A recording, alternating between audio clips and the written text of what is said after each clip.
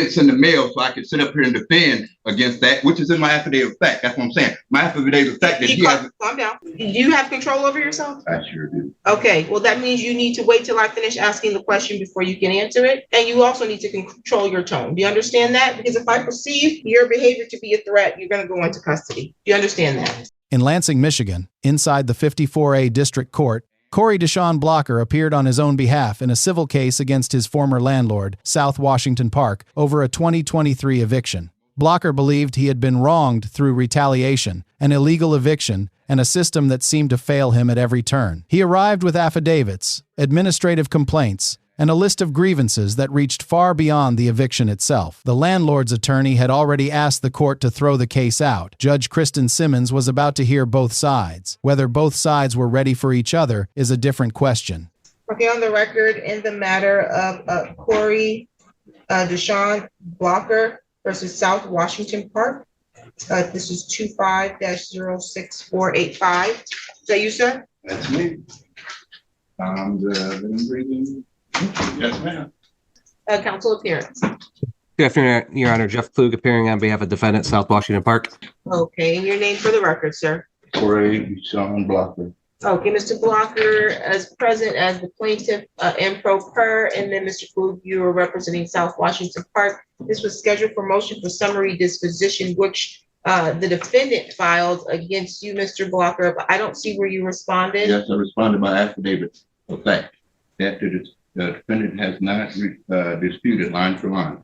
Okay, that is not a response to a motion in brief for summary disposition. I'm looking at an administrative complaint objecting to summary disposition. Is that what you're talking about? That is a response. Okay, you said you responded by affidavit. And I got affidavit of fact in there too to responded to everything that they done to me, that he has not defended, not one line. I have an affidavit of fact and an administrative complaint to respond to his complaint. So I have responded, and he has not responded back. Mr. Blocker Corey Deshaun Blocker makes said complaint for this court record and on this court's record.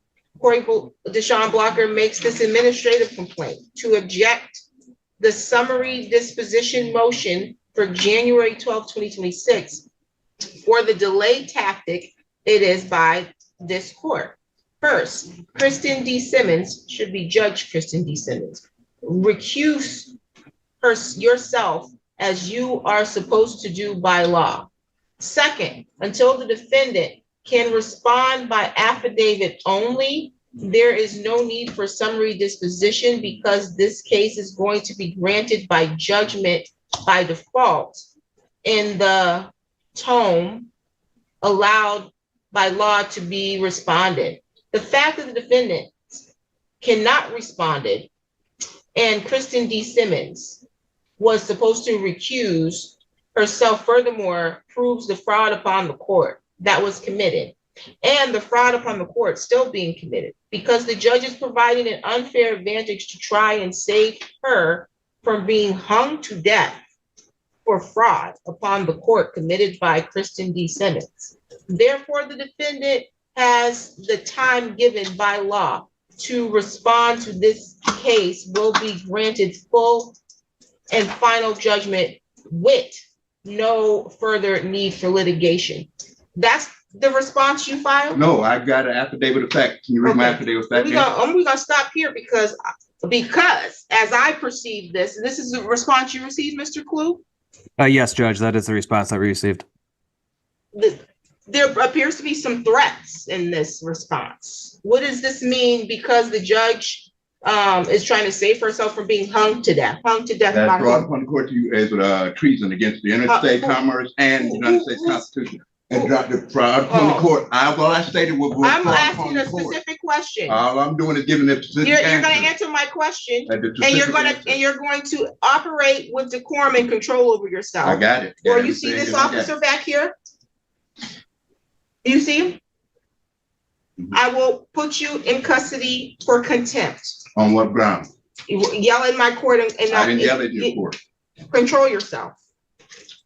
I'm going to ask you another question. You're going to answer my question.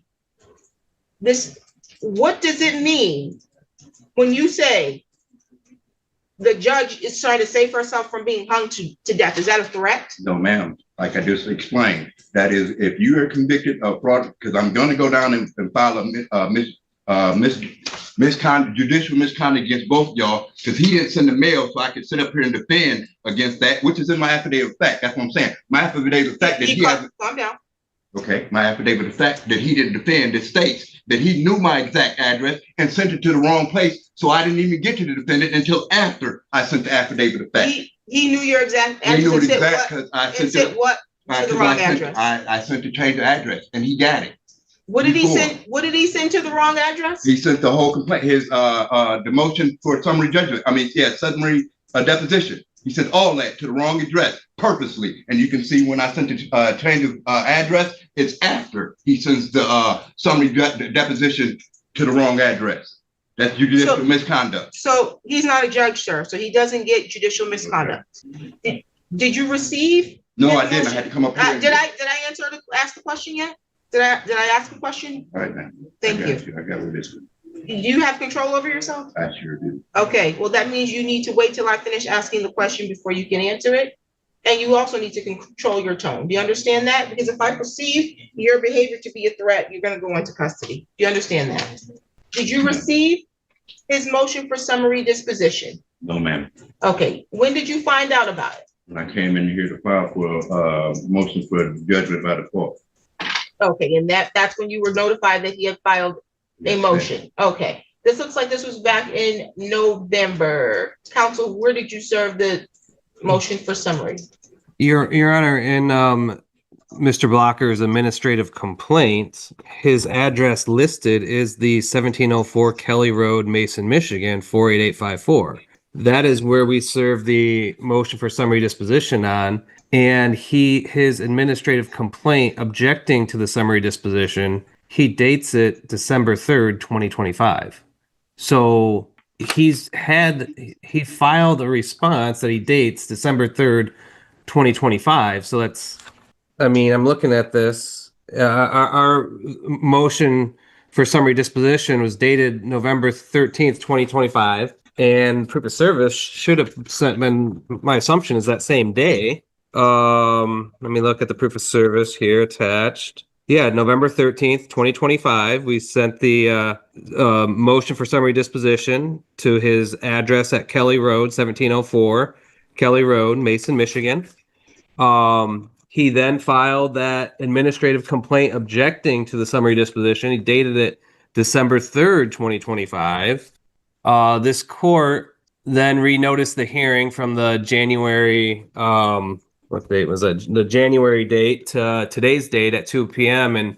And they served the notice to Mr. Blocker at the P.O. Box 11004, 315 West Allegan Street, Lansing, Michigan. So we served him with it, the address and information we had. He filed an answer to it. I don't know how he can say that he did not receive the motion if he filed an answer, a response to it. So okay, so it looks like even if it was served on an address that had been changed, it looks like that was within short time frame of you sending this change of address, which I'm looking at the change of address and when it was dated for the court. Nonetheless, it looks like that issue has been cured and you've responded to the motion, at least to what you believe is a response. I don't see where you address the statements that they made in the motion. On my fact, can I speak? Because yes. My affidavit of fact addresses every one of them, and that's after his response. My affidavit of fact goes through everything he stated. My affidavit of fact breaks it down line by line. Are you talking about the administrative complaint to change your address? No, I'm talking about the administrative complaint that's an affidavit of fact. I need to adjourn to get my paperwork so I can come back and do this. Well, but I can promise you one thing. This is going to get resolved today. There will not be an adjourning and coming back. But I have filed a response and I filed an affidavit of fact. That affidavit of fact in there is evidence. It's proven by law. As long as I got that affidavit of fact, I defeated his motion for a summary deposition because I have the affidavit of fact in it, and that's evidence. This is the administrative response and affidavit of fact filed December 29th, correct? And that's evidence. Corey Deshawn Blocker makes this administrative response and affidavit of fact for this court's record and on this court's record. Corey Deshaun Blocker makes this administrative response by affidavit of fact to respond to the defendant's motion for summary disposition under grounds Michigan Court Rule 2.116 and under MRC 2.116C10, which this affidavit of fact defeats the defendant's motion and gives the plaintiff grounds that relief must be granted.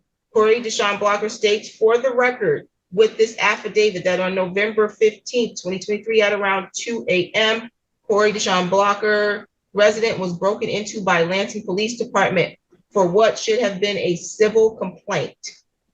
That never happened because the defendant allowed the situation to escalate, even though Corey Deshaun Blocker on many occasions went to the defendant explaining the problem that neighbor Andrew Workman was causing, banging on the walls for months.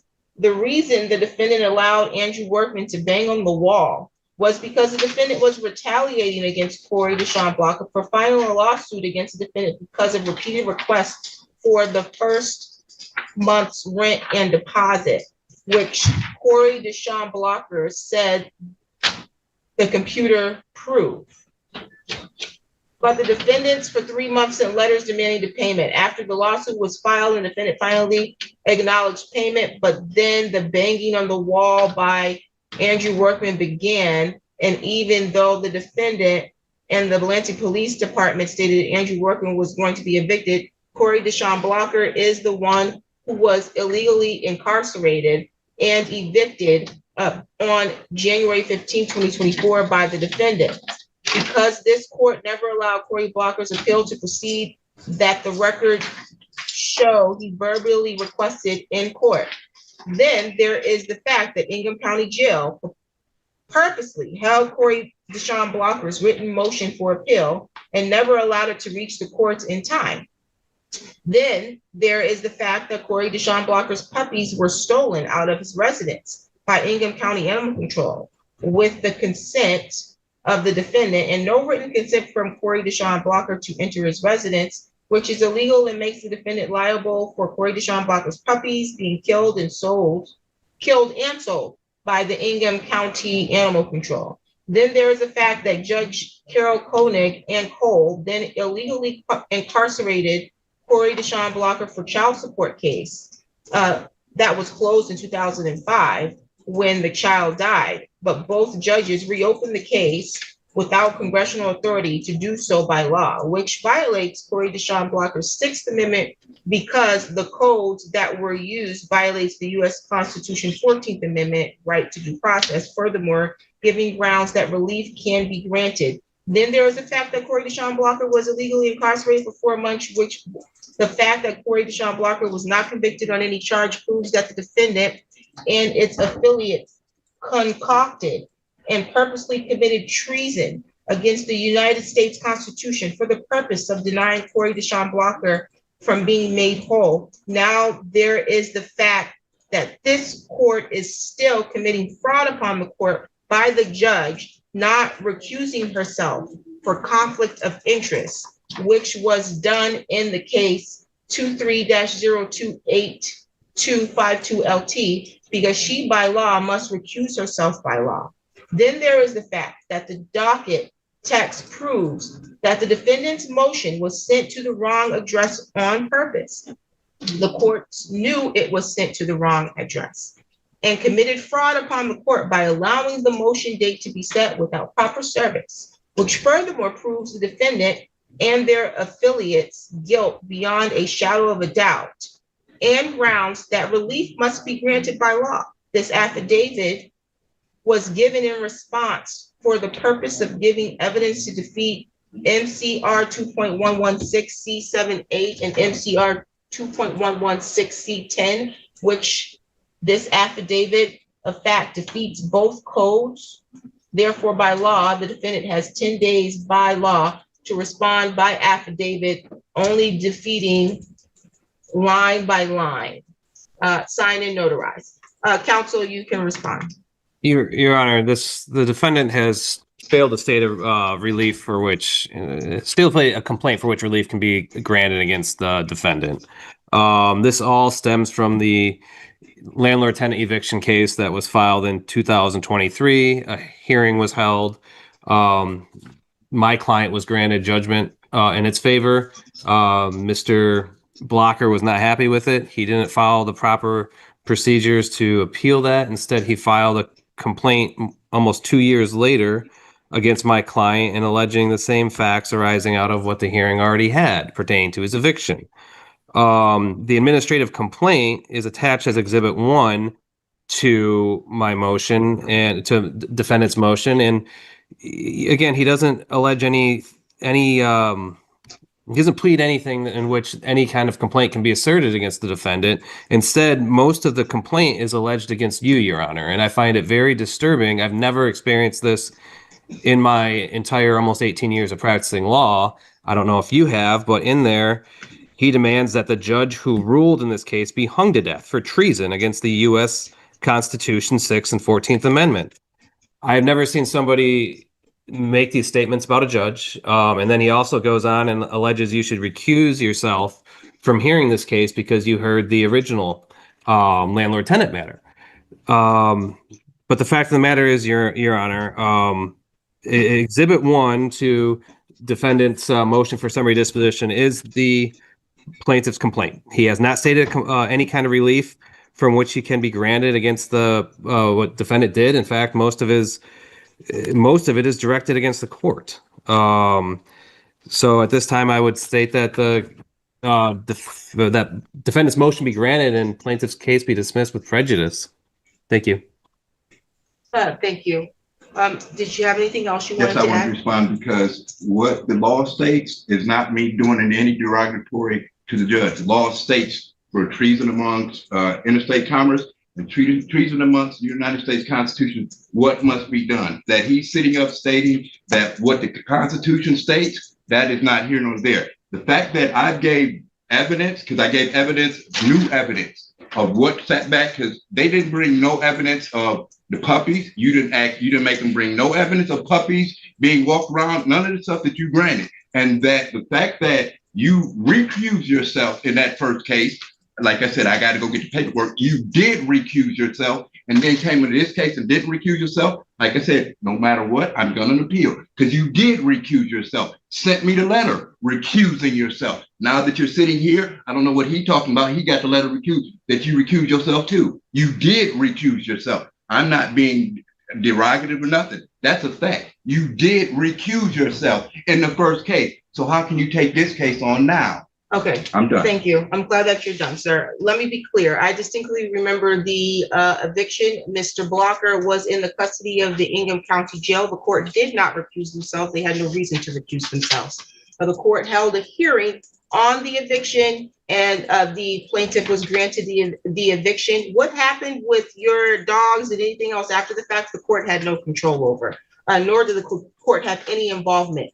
I do, however, in this case, have at least two instances where you have made filings where you mentioned that the judge, being Kristen Simmons, should be hung to death, which I take as threat. So that will be reported to the proper authorities for that purpose. As it relates to your complaint, I agree with the defendant in this case that you have not stated a claim of action upon which this court can grant you relief. Again, your complaint talks about an eviction that you had the right to appeal and did not properly file and proceed with an appeal. And then it also makes statements mostly against the judge who presided over that eviction and claims that you believe that that judge should be hung to death for the decision made in that eviction. So your request to have this case proceed cannot be granted. I have to grant the motion for summary disposition of the defense. Your case is dismissed. Okay. Any additional matters for the record? No, Judge, I'll prepare an order. Thank you. Thank you, Judge. Judge Simmons granted the motion for summary disposition and dismissed Blocker's case with prejudice, meaning the same claims can never be refiled against South Washington Park in any court. The 2023 eviction still stands, and any real chance to appeal it expired long ago. In civil court, representing yourself means being held to the same procedural standards as a licensed attorney, and a stack of affidavits with a list of demands is not the same thing as a legal argument a judge can rule on. Beyond dismissing the case, Judge Simmons also flagged language in Blocker's filings to the proper authorities. In Michigan, threatening a judge through a court filing can be treated as a criminal threat under state law, which can lead to contempt proceedings, fines, and possible incarceration entirely separate from the civil case he had already lost. He came into that courtroom looking for justice. He left after creating a second legal problem for himself on the way out. If you ever wanted to see how to lose a case and pick up a brand new problem on the way out, like and subscribe for more courtroom breakdowns.